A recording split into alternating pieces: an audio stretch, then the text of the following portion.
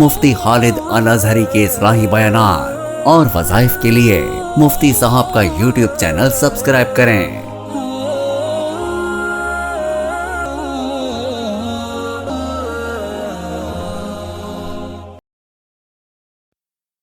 نحمده ونصلي ونسلم على رسوله الكريم اما بعد فاعوذ باللہ من الشیطان الرجیم بسم اللہ الرحمن الرحیم۔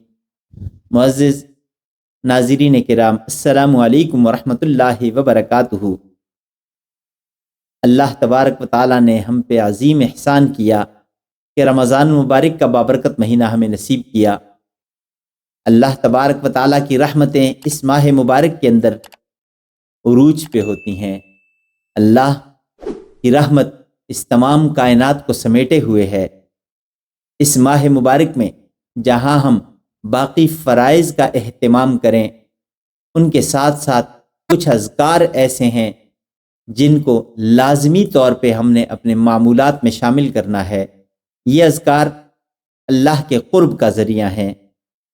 یہ 5 چیزیں ہیں جن کی ہم نے اس ماہ مبارک کے اندر کثرت کرنی ہے۔ ہر وقت ہماری زبان ان اذکار سے تر رہے۔ ان میں سے سب سے پہلی چیز ہے کلمہ طیبہ۔ کلمہ طیبہ کوئی معمولی عمل نہیں۔ حدیث مبارکہ میں آتا ہے کل قیامت کے دن ایک شخص کے نامہ اعمال اس کے ہاتھ میں ہوگا اور اس کے بعد پھر میزان پہ اس کے اعمال تولے جائیں گے۔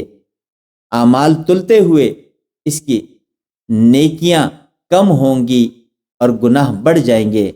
اسی دوران ایک چھوٹا سا کاغذ کا ٹکڑا وہ اس میزان میں ڈالا جائے گا، نیکیوں کا پلڑا بھاری ہو جائے گا۔ تو آپ صلی اللہ علیہ وسلم نے ارشاد فرمایا، جانتے ہو اس کاغذ پہ کیا لکھا ہوگا؟ اس کا پڑھا ہوا کلمہ جو اس نے ایک بار اخلاص سے پڑھ لیا۔ حدیث مبارکہ میں آتا ہے، پیارے آقا صلی اللہ علیہ وسلم ارشاد فرماتے ہیں، من قال لا الہ الا اللہ دخل الجنہ، جس کسی نے ایک مرتبہ بھی اخلاص کے ساتھ لا الہ الا اللہ پڑھ لیا تو جنت میں ضرور جائے گا۔ تو کثرت سے کلمہ طیبہ کا ورد کرنا یہ رمضان مبارک کے اذکار کے اندر شامل کرنا ہے۔ دوسری چیز ہے استغفار۔ استغفار کی کثرت بھی اس ماہ مبارک کے اندر اللہ کے قرب کا بہترین ذریعہ ہے۔ جو کثرت سے استغفار کرتا ہے اسے اللہ کا قرب مل جاتا ہے، اور جو کثرت سے استغفار کرتا ہے اس کے گناہ معاف کر دیے جاتے ہیں۔ جو کثرت سے استغفار کرتا ہے، پیارے آقا صلی اللہ علیہ وسلم کے ارشاد کے مطابق آپ صلی اللہ علیہ وسلم نے ارشاد فرمایا، من لزم الاستغفار جعل اللہ له من كل هم فرجا ومن كل ضيق مخرجا ورزقه من حيث لا يحتسب، کہ جو کثرت سے استغفار پڑھتا ہے اللہ اس کی پریشانیوں کو دور کر دیتا ہے۔ اگر کسی مصیبت کے اندر یہ پھنسا ہوا ہو، اللہ اس مصیبت کو دور کر دیتے ہیں اور رزق وہاں سے ملتا ہے جہاں سے توقع بھی نہیں ہوتی۔ تیسرا عمل جو اس ماہ مبارک میں کثرت سے کرنا ہے وہ اللہ سے مانگنا ہے۔ کیا؟ اللہم انی اسألک الجنہ، اے اللہ میں تجھ سے جنت کا سوال کرتا ہوں، مجھے جنت عطا فرما۔ تو اللہ سے کثرت سے جنت مانگنی ہے، اللہم انی اسألک الجنہ۔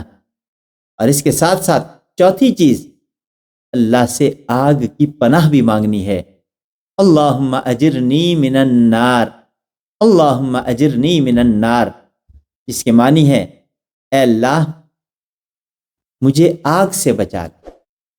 تو اللہ آگ سے بھی بچا لیں گے۔ اور 5ویں چیز فرمایا کثرت سے نبی کریم صلی اللہ علیہ وسلم پر درود شریف پڑھنا۔ یہ اس ماہ مبارک میں لازماً ہمارے اذکار کا حصہ ہونا چاہیے۔ ویسے تو ہر وقت یہ چیزیں زبان پہ ہونی چاہیے۔ جس زبان پہ ذکر ہوتا ہے وہ اللہ تبارک و تعالیٰ کی محبوب زبان ہوتی ہے۔ اس شخص پہ اللہ کی رحمتوں کا نزول ہو رہا ہوتا ہے جو ذکر خداوندی کرتا ہے۔